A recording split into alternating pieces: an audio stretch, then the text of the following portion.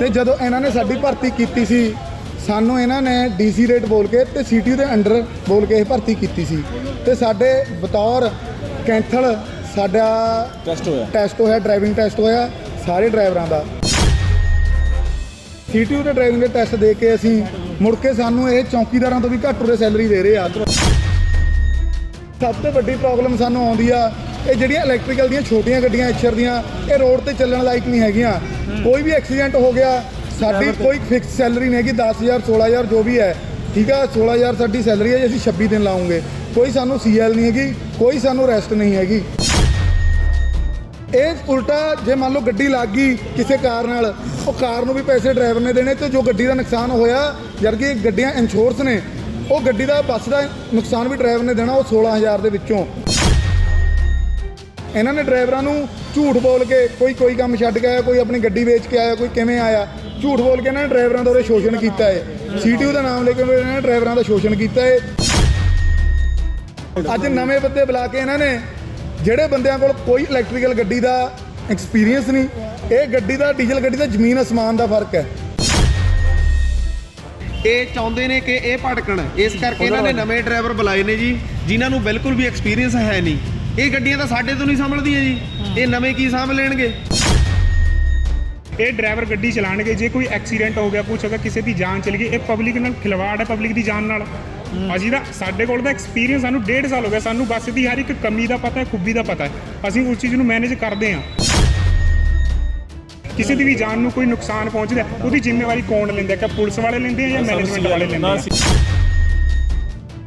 TV84 ਦੇ ਨਾਲ ਜੁੜੇ ਹੋਏ ਮੈਂ ਰਜਿੰਦਰ ਸਿੰਘ ਸਵਰਾਜ ਦੀ ਗੱਲ ਕੀਤੀ ਜਾਵੇ ਤਾਂ ਡਰਾਈਵਰ ਅਤੇ ਕਨੈਕਟਰਾਂ ਦੇ ਵੱਲੋਂ ਜਿਹੜੇ ਸੀਟੀਯੂ ਦੇ ਨਾਲ ਰਿਲੇਟਡ ਨੇ ਉਹਨਾਂ ਦੇ ਵੱਲੋਂ ਰੋਸ ਪ੍ਰਦਰਸ਼ਨ ਕੀਤਾ ਜਾ ਰਿਹਾ ਹੈ। ਕਿਹੜੇ ਡਿਮਾਂਡਸ ਨੂੰ ਲੈ ਕੇ ਜਿਹੜਾ ਰੋਸ ਪ੍ਰਦਰਸ਼ਨ ਸਵੇਰ ਤੋਂ ਕੀਤਾ ਜਾ ਰਿਹਾ ਕੀ ਇਹਨਾਂ ਦੇ ਡਿਮਾਂਡਸ ਨੇ ਔਰ ਇਧਰਲੇ ਪਾਸੇ ਦੇਖ ਸਕਦੇ ਹੋ ਕਿ ਕਿਸ ਤਰੀਕੇ ਦੇ ਨਾਲ ਡਰਾਈਵਰ ਤੇ ਜਿਹੜੇ ਕਨੈਕਟਰ ਨੇ ਉਹਨਾਂ ਦੇ ਵੱਲੋਂ ਚੱਕਾ ਜਾਮ ਕੀਤਾ ਹੋਇਆ ਹੈ ਤੇ ਇਧਰ ਦੀਆਂ ਜਿਹੜੀਆਂ ਤਸਵੀਰਾਂ ਨੇ ਉਹ ਬਿਲਕੁਲ ਪੁਲਿਸ ਪ੍ਰਸ਼ਾਸਨ ਵੱਡੀ ਤਾਦਾਦ ਦੇ ਵਿੱਚ ਪੁੱਜਦਾ ਨਜ਼ਰ ਆਉਂਦਾ। ਇਧਰ ਤਸਵੀਰਾਂ ਦੇ ਵਿੱਚ ਵੀ ਤੁਸੀਂ ਦੇਖ ਸਕਦੇ ਹੋ ਕਿ ਸੈਕਟਰ 25 ਦੀ ਇਹ ਜਿਹੜੀ ਲੋਕੇਸ਼ਨ ਹੈ ਇਸ ਜਗ੍ਹਾ ਦੇ ਉੱਪਰ ਡਰਾਈਵਰਾਂ ਦੇ ਵੱਲੋਂ ਰੋਸ ਪ੍ਰਦਰਸ਼ਨ ਕੀਤਾ ਜਾ ਰਿਹਾ ਹੈ ਤੇ ਇੱਥੇ ਡਰਾਈਵਰ ਵੀ ਨੇ ਅਸੀਂ ਉਹਨਾਂ ਦੇ ਨਾਲ ਗੱਲਬਾਤ ਕਰਾਂਗੇ ਕੀ ਇਹਨਾਂ ਦੀਆਂ ਸਮੱਸਿਆਵਾਂ ਨੇ ਆਖਰ ਹੱਲ ਕਿਹੜੀ ਗੱਲ ਦੇ ਵਿੱਚ ਨਜ਼ਰ ਆਉਂਦਾ ਹੈ।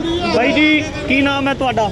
ਮੇਰਾ ਨਾਮ ਅਮਨਦੀਪ ਸਿੰਘ ਮੈਂ ਬਤੌਰ ਸੀਟੀਯੂ ਦੇ ਡਰਾਈਵਰ ਹਾਂ ਇਲੈਕਟ੍ਰੀਕਲ ਗੱਡੀ ਦਾ ਮੈਂ ਡਰਾਈਵਰ ਹਾਂ ਤੇ ਸਰ ਜਦੋਂ ਇਹਨਾਂ ਨੇ ਸਾਡੀ ਇਹ ਭਰਤੀ ਕੀਤੀ ਸੀਗੀ ਸਾਨੂੰ ਇਹਨਾਂ ਨੇ ਡੀਸੀ ਰੇਟ ਬੋਲ ਕੇ ਆਹ ਦੇਖੋ ਸਰ ਅਸੀਂ ਡੀਜ਼ਲ ਗੱਡੀ ਕਢਾ ਰਹੇ ਅਸੀਂ ਕੋਈ ਹੁੱਲੜਬਾਜ਼ੀ ਨਹੀਂ ਕਰ ਰਹੇ ਅਸੀਂ ਸਿਰਫ ਇਲੈਕਟ੍ਰੀਕਲ ਗੱਡੀ ਰੋਕ ਰਹੇ ਹਾਂ ਡੀਜ਼ਲ ਗੱਡੀ ਦੇਖ ਸਕਦੇ ਹੋ ਤੁਸੀਂ ਠੀਕ ਹੈ ਜੀ।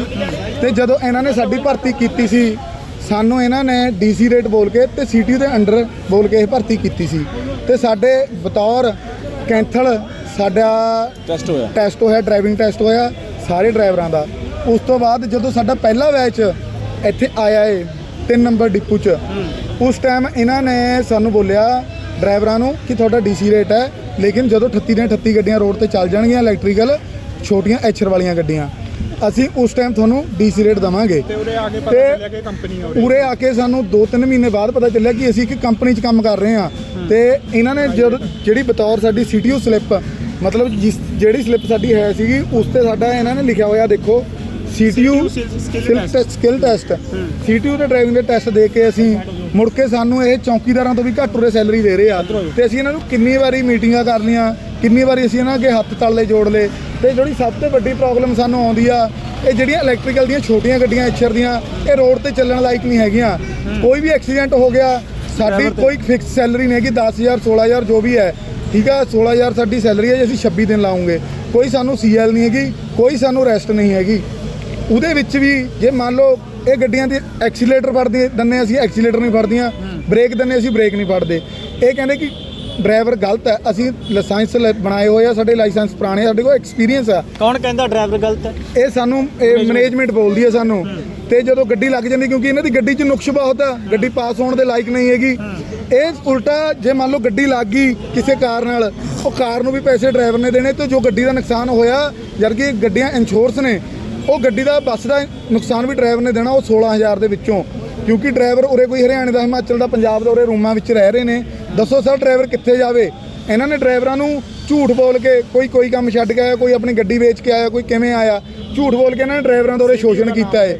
ਸੀਟੀਯੂ ਦਾ ਨਾਮ ਲੈ ਕੇ ਇਹਨਾਂ ਨੇ ਡਰਾਈਵਰਾਂ ਦਾ ਸ਼ੋਸ਼ਣ ਕੀਤਾ ਹੈ ਤੇ ਅਸੀਂ ਇਹਨਾਂ ਨੂੰ ਅੱਜ ਇਹੀ ਸਾਡਾ ਮੁਜ਼ਾਹਰਾ ਹੈ ਕਿ ਜਿਹੜੇ ਸਾਡੇ ਯੂਟੀ ਦੇ ਚੰਡੀਗੜ੍ਹ ਯੂਟੀ ਦੇ ਰੂਲ ਹੈ ਜੋ ਸਾਡੇ ਕੋਲ ਫੋਲੋ ਹੋਣੇ ਚਾਹੀਦੇ, ਕਿਉਂਕਿ ਅਸੀਂ ਯੂਟੀ ਵਾਸਤੇ ਕੰਮ ਕਰ ਰਹੇ ਹਾਂ। ਠੀਕ ਹੈ ਜੀ। ਤੇ ਇਹ ਕਹਿੰਦੇ ਵੀ ਤੁਸੀਂ ਤਾਂ ਕੰਪਨੀ ਦੇ ਬੰਦੇ ਜੀ, ਸਾਨੂੰ ਨਹੀਂ ਕੋਈ ਵੀ ਲੈਣਾ। ਤੁਹਾਡੇ ਹੈੱਡ ਦੇ ਨਾਲ ਗੱਲਬਾਤ ਕੀਤੀ ਹੈ ਤਾਂ ਉਹ ਕਹਿੰਦੇ ਸੀਟੀਯੂ ਦੇ ਨਾਲ ਰਿਲੇਟਡ ਕੋਈ ਮਸਲਾ ਨਹੀਂ ਹੈਗਾ, ਇਹ ਜਿਹੜੇ ਆਈਸਰ ਦੇ ਨਾਲ ਰਿਲੇਟਡ ਹੈ ਇਹਨਾਂ ਦੀਆਂ ਸਮੱਸਿਆਵਾਂ। ਐਸ਼ਰ ਦਾ ਰਿਲੇਟਡ ਹੈ, ਸੀਟੀਯੂ ਦੇ ਨਾਲ ਹੀ ਹੈ। ਇਹਨਾਂ ਨੇ ਟੈਂਡਰ ਸੀਟੀਯੂ ਨੇ ਦਿਆ ਹੈ ਐਸ਼ਰ ਨੂੰ, ਐਸ਼ਰ ਨੇ ਅੱਗੇ ਹੋਰ ਥਰਡ ਪਾਰਟੀ ਨੂੰ ਦੇ ਦਿੱਤਾ। ਪਰ ਸਾਨੂੰ ਤਾਂ ਨਾ ਮਾਰੋ, ਸਾਨੂੰ ਨਾ ਮਾਰੋ।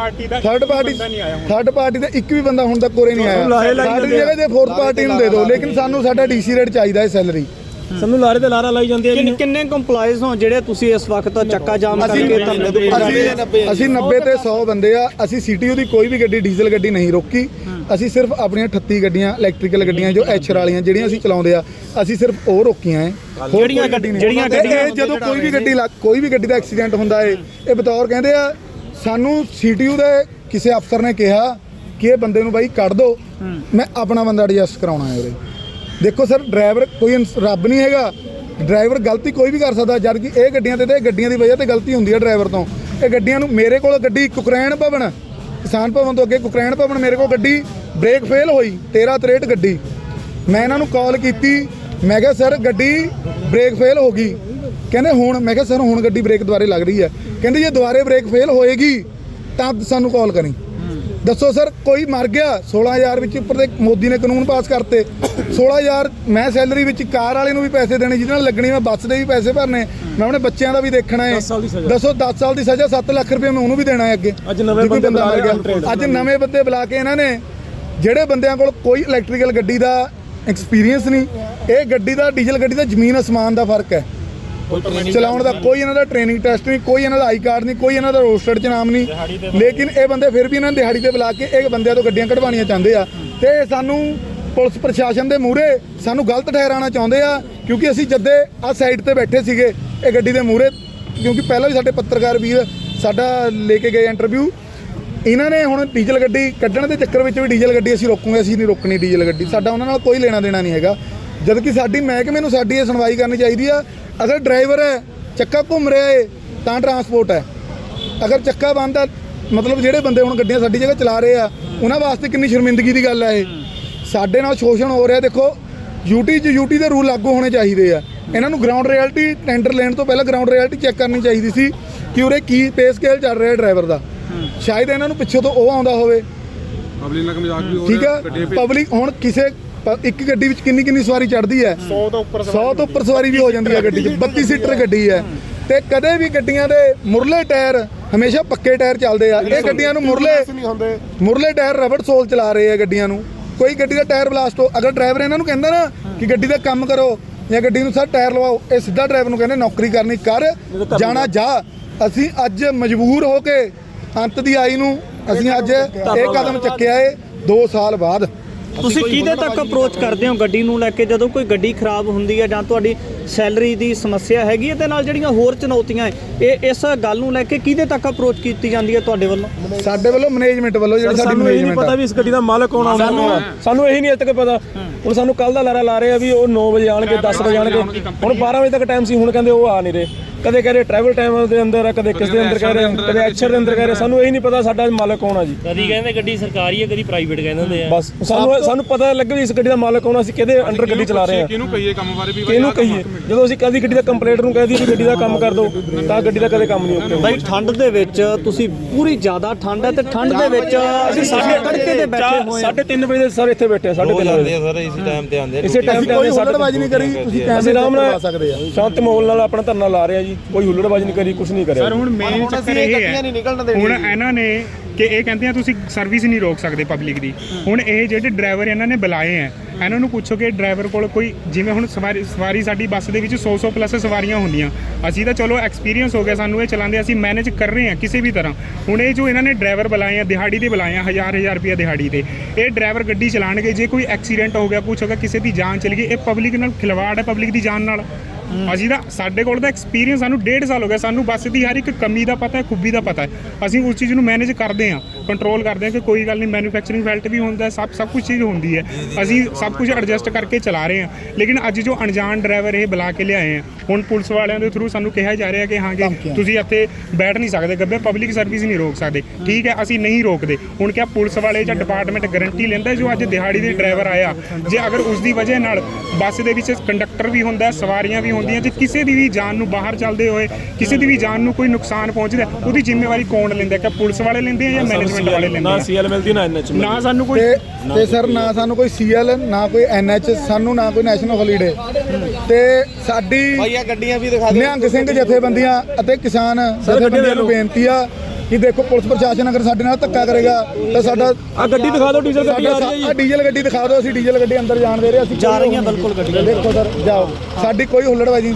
ਸਾਡੀ ਕਿਸਾਨ ਜਥੇਬੰਦੀਆਂ ਅਤੇ ਨਿਹੰਗ ਸਿੰਘ ਜਥੇਬੰਦੀਆਂ ਨੂੰ ਬੇਨਤੀ ਆ ਕਿ ਅਗਰ ਇਹ ਸਾਡੇ ਨਾਲ ਕੋਈ ਵੀ ਕਿਸੇ ਤਰ੍ਹਾਂ ਵੀ ਦੁਰਵਿਵਹਾਰ ਕਰਨਗੇ, ਪੁਲਿਸ ਕਰਮਚਾਰੀ ਵੀ ਜਾਂ ਮਹਿਕਮੇ ਵੱਲੋਂ ਸਾਡੇ ਤੇ ਕੋਈ ਐਕਸ਼ਨ ਲਿਆ ਜਾਏਗਾ। ਦੁਰਵਿਵਹਾਰ ਹੋ ਸਕਦਾ ਲੱਗਦਾ ਦੁਰਵਿਵਹਾਰ ਹੋ ਸਕਦਾ। ਪੁਲਿਸ ਸਾਨੂੰ ਧਮਕੀਆਂ ਦੇ ਰਹੀ ਹੈ ਕਿ ਸਾਨੂੰ ਫਿਰ ਜ਼ਬਰਦਸਤੀ ਕਰਨੀ ਕੀ ਕਹਿੰਦੀ ਪੁਲਿਸ? ਪੁਲਿਸ ਕਹਿੰਦੀ ਆ ਤੁਸੀਂ ਸਾਈਡ ਅਸੀਂ ਤੇ ਇਹ ਬੈਠੋ, ਕਰਨਾ ਤੁਸੀਂ ਜੀ, ਆਪਣਾ ਸਰਵਿਸ ਰੋਕ ਸ਼ਾਂਤਮਈ ਰੱਖਣਾ ਚਾਹੁੰਦੇ ਆ।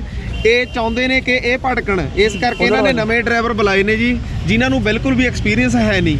ਇਹ ਗੱਡੀਆਂ ਤਾਂ ਸਾਡੇ ਤੋਂ ਨਹੀਂ ਸੰਭਲਦੀਆਂ ਜੀ, ਇਹ ਨਵੇਂ ਕੀ ਸੰਭ ਲੈਣਗੇ? ਇਹ ਨਵੇਂ ਭਜਾ ਕੇ ਪੂਰੀ ਬ੍ਰੇਕ ਲਾ ਕੇ ਦਿਖਾ ਦੇਣ ਜੀ। ਅਸੀਂ ਹੁਣੇ ਨੌਕਰੀ ਛੱਡਾਂਗੇ। ਇਹ ਸਰ ਅਗਰ ਇਹ ਗੱਡੀਆਂ 'ਚ ਸਵਾਰੀ ਬਿਠਾ ਕੇ ਇਹ ਚੰਡੀਗੜ੍ਹ ਦਾ ਇੱਕ ਗੇੜਾ ਸ਼ਾਂਤੀ ਨਾਲ ਲਗਾ ਦੇਣ, ਅਸੀਂ ਹੁਣੇ ਨੌਕਰੀ ਛੱਡੂਗੇ 90 ਦੇ 90 ਬੰਦੇ।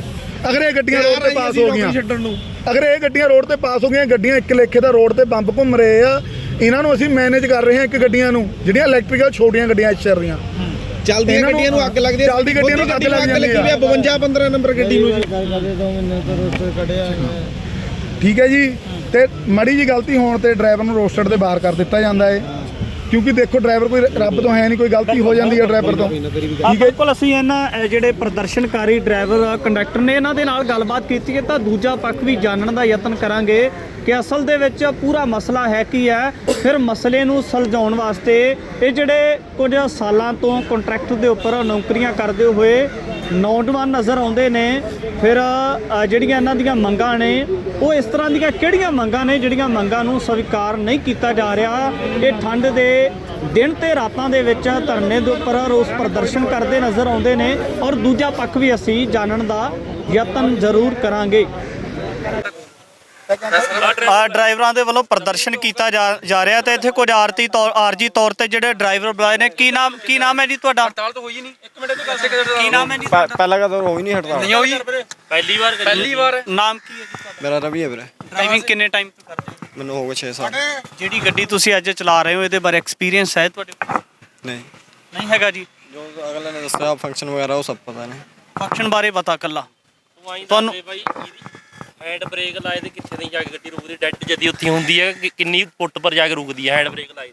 ਹੈਂਡ ਬ੍ਰੇਕ ਵੀਰੇ ਥੋੜੀ ਅੱਗੇ ਜਾ ਕੇ ਹੁੰਦੀ। ਕਿੰਨੀ ਅੱਗੇ ਜਾ ਕੇ ਰੁਕਦੀ? ਫਿਰ ਵੀ ਐਂ ਦੱਸ ਦਿੰਦੇ ਐਕਸੀਲੇਟਰ ਕਿੰਨੇ ਸੈਕਿੰਡ ਬਾਅਦ ਕੰਮ ਕਰਦਾ ਇਹਦਾ? ਜਾਂ ਬ੍ਰੇਕ ਲਾ ਦਿੰਦੇ ਗੱਡੀ ਨਾਲ ਦੀ ਨਾਲ ਉੜਦੀ ਹੈ ਕਿ ਕਿੱਦਾਂ ਉੜਦੀ ਹੈ? ਐਕਸੀਲੇਟਰ ਦੇ ਤੋਂ ਜਾਂ ਬ੍ਰੇਕ ਲਾਤੀ ਖੜੀ ਗੱਡੀ ਚੱਕਰ ਬਣਾਉਂਦੀ ਹੈ ਨਹੀਂ ਬਣਾਉਂਦੀ, ਤੁਹਾਨੂੰ ਪਤਾ ਇਹ ਗੱਲ ਦਾ? ਖੜੀ ਨਹੀਂ ਬਣਾਉਂਦੀ। ਖੜਿਆ ਨਹੀਂ ਬਣਾਉਂਦੀ, ਫਿਰ ਤੁਸੀਂ ਟ੍ਰੇਨਿੰਗ ਨਹੀਂ ਕਰੀ ਹੈ ਗੱਡੀ ਚੱਕਰ ਬਣਾਉਂਦੀ। ਲਾਇਸੈਂਸ ਅੰਦਰ ਬਾਈ ਕੋਲ ਫਿਰ ਗਿਆ। ਤੂੰ ਗੱਡੀ ਲੈ ਕੇ ਚੱਲੇ ਆ ਉਹ ਲੈ ਕੇ ਨਹੀਂ ਆ, ਉਹ ਕਰ ਮੈਂ ਆ ਰਿਹਾ ਇੱਥੇ ਖੜਾ ਨਾ ਵੀ। ਤੁਸੀਂ ਪਹਿਲੀ ਵਾਰੀ ਚਲਾ ਰਹੇ ਹੋ ਗੱਡੀ ਕਿ ਪਹਿਲਾਂ ਚਲਾਈ ਆ? ਪਹਿਲਾਂ ਚਲਾਈ ਹੈ ਵੀਰੇ ਬਸ। ਪਹਿਲਾਂ ਚਲਾਈ ਹੈ ਗੱਡੀ? ਗੱਡੀ ਆਈ ਹੈ ਹੁਣ, ਸਕੂਲ ਬੱਸ ਚਲਾਈ ਆ, ਮਤਲਬ ਇਹ ਗੱਡੀ ਚਲਾਈ ਆ। ਕਿਤੇ ਨਾ ਕਿਤੇ ਵੱਡੇ ਸਵਾਲੀਆ ਚਿੰਨ੍ਹ ਲੱਗਦੇ ਨੇ ਜੇ ਇਹਨਾਂ ਦੇ ਕੋਲੇ ਐਕਸਪੀਰੀਅੰਸ ਨਹੀਂ ਜਿਹੜੇ ਆਰਜੀ ਤੌਰ ਤੇ ਡਰਾਈਵਰ ਬੁਲਾਏ ਗਏ ਨੇ।